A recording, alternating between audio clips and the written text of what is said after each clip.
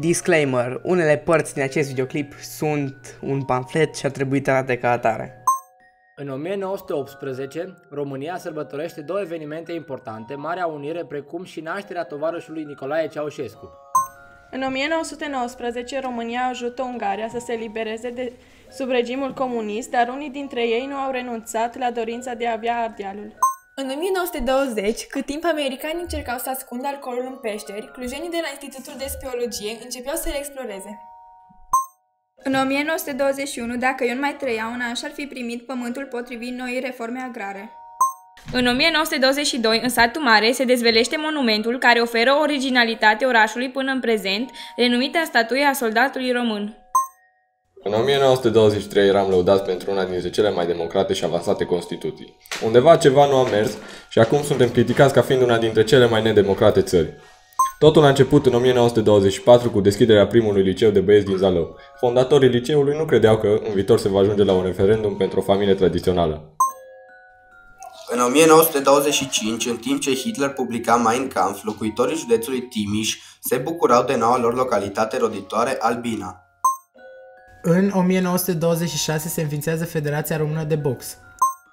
În sfârșit, în anul 1927, în cadrul înființării Societății Române de Radiodifuzie, țăranii români au ce asculta în timp ce prășesc hotarul. Atâția gheață și fornierici că e Polul Nord. 1928, conducerea României se umple de iobași după o victorie de necontestat a Partidului Național al Țăranilor, obținând 77,76% din voturi. În 1929, România se răcorește, brașovenii simțind o răcoare de până la minus 38,5 grade în localitatea Bod. 3 martie 1930 se naște cel mai tânăr președinte României, Ion Iliescu. În 1931, românii dorind să bată mingea, nu doar să o arunce, renunță la jocul de oină în favoarea handbalului. Drept urmare, se înființează Federația Română de Handbal. În 1932 este prezentat primul blockbuster Visul lui Tănase, o coproducție româno-germană.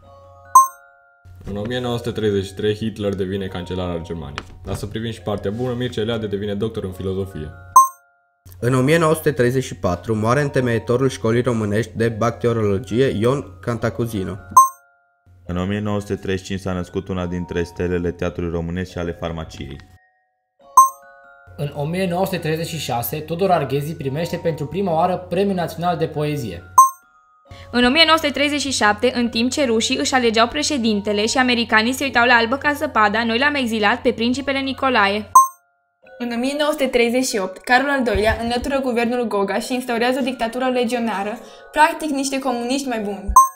În 1939 intră în vigoare legea electorală din 1939 ce prevedea dreptul de vot numai persoanelor știutoare de carte, spre deosebire de timpurile moderne când poți vota chiar dacă nu știi să scrii.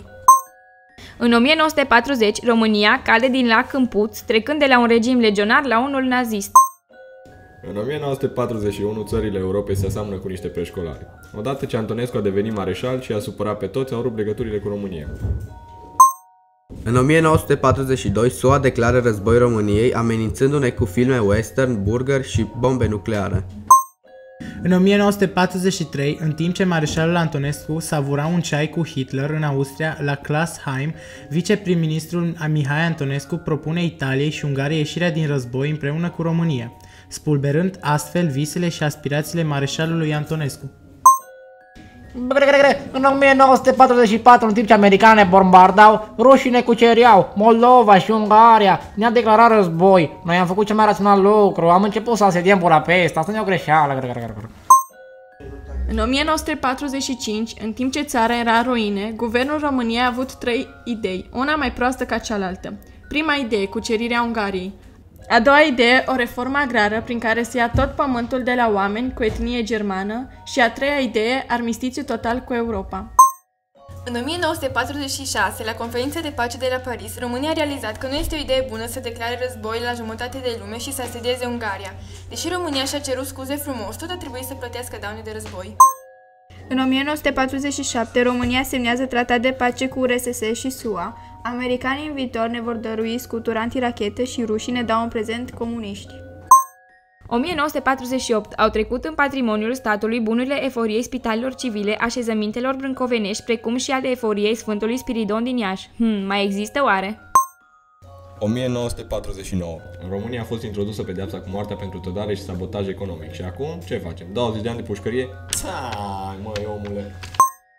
1950. În România a fost adoptată legea 5 din 1950. Județele au fost desfințate și înlocuite cu raioane și regiuni. Culmea, iarăși avem județele. Regres? 1951 s-a înregistrat cea mai ridicată temperatură din România, 44,5 grade Celsius în județul Brăila, și acum avem 50 de grade la umbră, vara. Aoleu, atmosfera! 1952. Hotărârea Consiliului de Miniștri prin care se declanșează reforma monetară la un raport de 1 leu nou egal 20 de lei vechi. Deștept românul, dăm 20 de lei pe un leu? Ce mai afacere? Presim că prețurile tot le-au rămas. Am avut și 1953, că România nu a făcut nimic. Un an mort, ce să faci? 1954. România a ratificat Convenția asupra drepturilor politice ale femeilor adoptată de ONU. În 1995, an mort iarăși. Român, trezirea! 1956, România devine membru al Organizației Națiunilor Unite pentru Educație, Știință și Cultură. 1957, la televiziunea română a avut loc prima transmisiune sportivă în direct, meciul de rugby Anglia-România. Hehe, avem mușchi în România, dar cred când. 1958. Are loc retragerea trupelor sovietice din România. În România, salariul în agricultură este interzis, iar terenul pe care țăranii nu îl pot cultiva este confiscat. Statul lovește din plin țăranii. Ei! Am avut și pământ! 1960, nu? Intră în funcțiune prima stație meteorologică automat din România, nu? A apărut creierul Pray to God, nu? 1961, la Sala Palatului din București, are loc premiera filmului Setia după ani și ani. România are și ea primul său film regizat. 1962. Încheierea colectivizării agriculturii în România, proces început în martie 1949 și care, teoretic, trebuia să se realizeze pe baza liberului consimțământ al țăranilor, dar care s-a caracterizat prin abuzuri și violențe. Chit că au primit bătaie de la stat, măcar au primit ceva. În 1963 se ridică delegațiile române și franceze de la București și Paris la nivel de ambasade. Ei, acum tot în țară putem sta că nu, comuniști, ce să faci? 1964. Jocurile Olimpice de vară. În total, România a obținut 11 medalii, 2 aur, 4 argint, 5 bronz. Dacă cap nu avem, măcar avem putere de la muncă la colectiv. Prin hotărârea Marei Adunări Naționale, Republica Populară Română devine Republica Socialistă România. Se adoptă noua Constituție a României. Dacă tot se schimba, măcar de-o făcea una bună. Se publică modificările privitoare la divorțul în România. O căsătorie se poate desface doar în cazuri excepționale, iar taxa de timbru este de 3.000 până la 6.000 de lei. Cum să crești populația forțat? 1967 a început construcția primei autostrăzi din România, autostrada A1 București-Pitești, dar de terminat am terminat-o? 1968. Inaugurarea uzinei de la Pitești, prima uzină de autoturisme din România. Primul autoturism românesc, Dacia 1100, este gata din 3 august. Păcat că tot Dacia ia abreverea de la Dacă ai cap, ia-ți alta. 1969. Vizita președintelui american Richard Nixon în România. Păcat că s-a furat fierul de pe avionul cu care a venit. 1970. Începe vizita oficială de 2 zile a lui Nicolae Ceaușescu în Franța la invitația președintelui Georges Pompidou. La sfârșitul interviului acordat televiziunii de stat, ORTF, Ceaușescu s-a lăudat gazetarilor că instaurase un regim al echității sociale în toate domeniile, România fiind superioară chiar Franței. În 1971 a avut loc accidentul ecologic de la Certej, România, soldat cu 89 de morți și 76 de răniți. Păcat de ei, partea bună, ceilalți au scăpat. 1972. Ediția 20-a a Jocurilor Olimpice de vară, München, Germania. România a obținut 16 medalii, 3 aur, 6 argint, 7 bronz. Mari atleti românii! 1973. La o clinică chirurgicală din Târgu Mureș, o echipă de medici condusă de profesorul dr. Ioan Pop de Popa efectuează prima operație pe corp deschis din România. Creierul românilor apare în forță. 1974. Ceaușescu este ales președinte al Republicii Socialiste România al Congresului al 11-lea PCR. În 1975 s-a încheiat vizita oficială de 2 zile efectuată în România de președintele american Gerald Ford. A adus speria de bombe după ce pleacă. Presimt că trebuia să fie vista mai lungă. În 1976, România devine membră a grupului celor 77. Ne-au acceptat din milă. 1977. Cutremurul din România a avut 7,2 grade pe scara Richter, 1570 de victime. După cât am furat și Dumnezeu s-a supărat pe noi. 1978. România intră ca membru deplin în biroul grupului celor 77 din cadrul UNESCO, așa sceptici erau încât numai după 2 ani de probă ne-au acceptat. În 1979, 18 martie, vizita oficială în România a președintelui Franței, Valéry Giscard d'Estaing, un om din inima democrației, intră pe terenul veselei, adică terenul lui ceașcă. 1980, 15 februarie, a fost lansat la apă prima navă de pescuit oceanic Parângul, construită la Brăila, în România. Era și cazul dacă avem țară în formă de pește. În 1981, 19-30 iulie, are loc a 11-a ediție a Universiadei de Vară în București, România. 2912 de sportivi din 86 de țări au participat în cadrul a 10 sporturi. Măcar promovăm și noi sportul. 1982, 7 septembrie, Vali Ionescu și Anișoara Cosmine s-au situat pe locurile 1 și respectiv 2 la săritura în lungime, la campionatele europene de atletism de la Atena. 1983, 5 februarie, Anișoara Cosmine realizează un nou record mondial la săritura în lungime, 6,92 de metri. Măcar îmi descurcă la sport. În 1984, 6 mai, are loc la Palatul Sporturilor din București gala de adio a gimnastei Nadia Comăneci. Cu prilejul retragerii sale din activitatea competițională, primește din partea președintelui Comitetului Internațional Olimpic, Joan Antonio Samaranch, Ordinul Olimpic. În 1985, 15 iunie a avut loc la Ploiești ultimul spectacol al Cinacului Flacăra, interzis de autoritățile comuniste. Am avut și cultură. 1986, 7 mai, echipa de fotbal Steaua București a cucerit pentru prima dată în istorie fotbalului românesc Cupa Campionilor Europeni, învingând în finală după executarea loviturilor de la 11 metri cu 2-0 echipa spaniolă FC Barcelona. În 1987, 15 noiembrie, la Brașov au avut loc manifestațiile spontane ale muncitorilor de la uzinele Roman împotriva regimului ceaușist, manifestații la care s-a alăturat o parte din populația orașului. 1988, 17 noiembrie, președintele României Nicolae Ceaușescu se întâlnește în Berlinul de Est cu Heinrich Honecker. Ceaușescu este distins cu cel mai înalt ordin RDGist, numit și Ordinul Karl Marx. 1989, soților ceașcă le expiră mandatul, iar Partidul Comunist României este înlocuit de aceiași membri PCR. Văd ce ați făcut acolo. 1990, cel mai tânăr președinte al României este ales. În 1991, 8 decembrie, a fost adoptată prin referendum național noua Constituție a României, aprobată de adunarea constituantă la 21 noiembrie 1991. Elaborarea, dezbaterea și adoptarea Constituției au durat 1 an și jumătate. Începem să reparăm dezastrele comunismului? Sau poate nu? În 1992, 7 ianuarie, România a început recensământul populației și la locuințelor. Acțiunea s-a încheiat la 14 ianuarie 1992. Să vedem cât s-au pierdut pe vremea lui Veselă.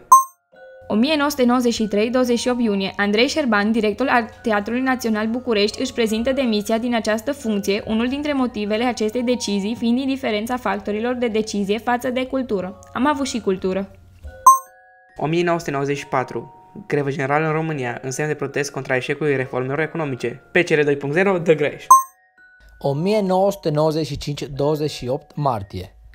Vizita oficială a președintelui României, Ion Iliescu, în Italia și la Vatican. Cel mai tânăr președinte lovește din nou.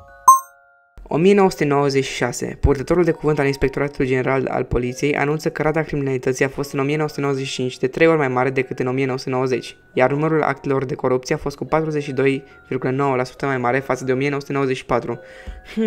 Oare de ce? 1997, 21 februarie, începe vizita de 2 zile în România a președintelui francez Jacques Chirac, care a reafirmat susținerea Franței față de aderarea României în primul val al extinderii NATO, alături de Polonia, Ungaria și Republica Cehă. Practic, francezii vin să vadă în ce democrație am ajuns. 1998, 12 ianuarie, un număr de 19 țări europene, între care și România, semnează la Paris protocolul privind interzicerea clonării umane. Aparent, europenii au văzut prea mult Star Wars.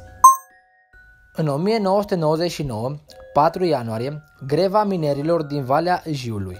Aproape 15.000 de mineri de la Compania Națională a Hulei din Valea Jiului încep o grevă pentru a obține mărirea salariilor și renunțarea la programul de închidere a minelor nerentabile, amenințând că vin la București în cazul în care revendicările lor nu vor fi satisfăcute.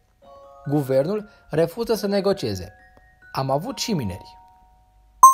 26 noiembrie, alegeri prezidențiale în România. După primul scrutin, Ion Iliescu conduce cu 36,35%, urmat de Corneliu Vadim Tudor, 28,34%, care se clasifică pentru al doilea scrutin. Iliescu strikes again.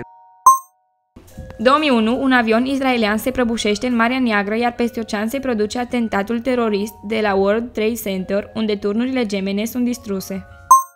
2002, 1 mai, la Salonul Internațional al Invențiilor și Produselor Noi de la Geneva, ediția 30-a, România a câștigat 67 de medalii, din care 15 de aur și 3 premii speciale, ceea ce a clasat-o pe primul loc între cele 44 de țări.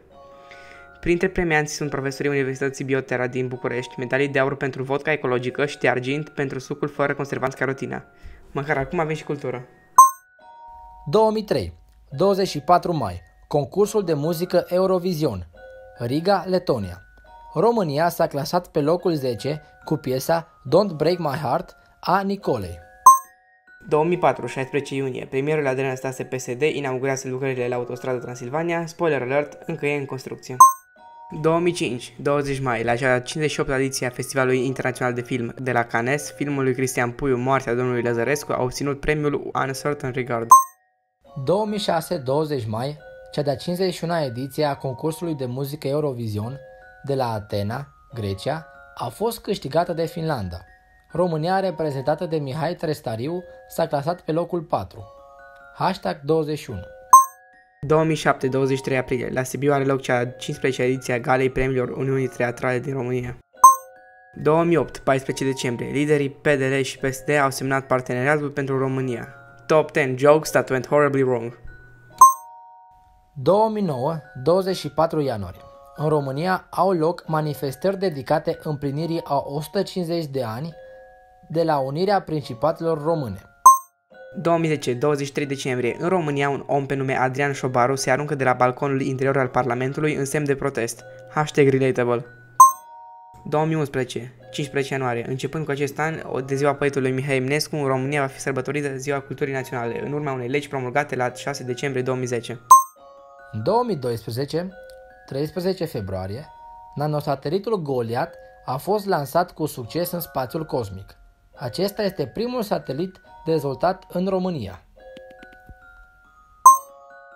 2013, 15 septembrie, la București, a 15-a zi consecutivă de proteste. 10.000 de protestatari au cerut retragerea proiectului de lege care reglementează exploatarea minereurilor din perimetrul Roșia Montană, anularea contractului cu Roșia Montană Gold Corporation, interzicerea exploatărilor cu cianuri în România, introducerea zonei Roșia Montană în patrimoniul UNESCO și demiterea celor 4 inițiatori ai proiectului de lege. Proteste împotriva proiectului au avut loc în mai multe orașe mari ale României și în diaspora. 2014, 6 ianuarie, România. Fostul premier Adrian Stase, PSD, a fost condamnat la 4 ani de închisoare pentru luare de mită. Ce a făcut? 2015, 13 iulie, prim-ministrul României Victor Ponta își anunță pe Facebook retragerea din funcția de președinte al PSD și din toate funcțiile de conducere ale partidului până la momentul în care își va demonstra nevinovăția față de acuzațiile aduse. A few moments later. 13 iulie, prim-ministrul României Victor Ponta a devenit inculpat în dosarul în care este acuzat de corupție și s-a pus sechestru pe o parte din bunurile acestuia. 2016, 23 februarie, fostul eurodeputat Adrian Severin, PSD, a fost condamnat de Înalta Curte de Casație și Justiție la 3 ani și 3 luni de închisoare în procesul bani pentru abonamente. Încep să văd un tipar aici. 2017. Protestele din ianuarie 2017 din România față de proiectul PSD-ALDE de modificarea codului penal și grațierea unor pedepse. Bă, ăștia chiar nu glumesc, bă, opriți careva, bă! Acum să facem și un scurt rundown al 2018. Păi, Parlamentul e plin din cultură, deținuții grațiați au început să recidiveze, PSD se luptă în continuare cu justiția, autostrada 3 e încă în construcții din 2004, cel mai tânăr președinte al Sonona, Iliescu, încă trăiește din păcate, și metoda 3 cărți Get Out of Jail funcționează încă. Și să nu uităm că am dat 2 spitale jumate pe un referendum. Dar totuși, e bine că e anul centenarului. România 100. Hashtag încă rezistăm. Salut, sunt eu, Opriș Andrei Gabriel, din clasa 11, tehnician în activități economice. Asta este secțiunea de credits, unde vreau să mulțumesc, în primul rând, profesorilor care ne-au dat ocazia, ne-au oferit ocazia să facem acest proiect și prietenilor mei, Stoia Mircea din 12, tehnician în activități economice, și Mărginian Teodor din 11, Mate Info, care m-au ajutat cu scrierea scenariului. Și să nu uităm de colegii mei care au fost super tari și au făcut voice acting pentru videoclip.